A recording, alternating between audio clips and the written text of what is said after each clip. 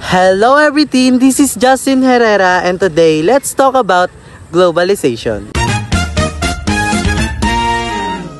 Globalization is the growing interdependence of the world's economies, cultures, and populations, brought about by cross-border trade in goods and services, flow of investment, people, and information.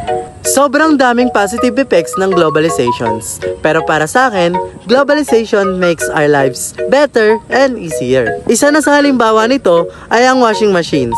Kung nung araw, mano-manong naglalaba ang mga tao which consumes more time and human energy. Pero ngayon, dahil sa globalizations, nakaimbento ang tao ng washing machines which helps us na mapadali ang paglalaba at masave pa natin yung time natin at syempre yung human energy para sa mga iba pa natin gagawin. Syempre dahil may positive effect ang globalization, meron din itong negative effect sa ating mga tao.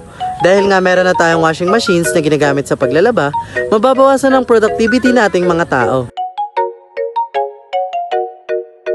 Kung before, na itatambak ang labahin ng at least 3 to 7 days bago ito labahan ng mano-mano, ngayon, possible na mas matagal pa dito ang oras ng pagtambak ng labahin bago ito malabahan gamit ang washing machine dahil alam naman nila na kahit na gaano kadami ang labahin, basta't may washing machine, mabilis lang itong malalabahan.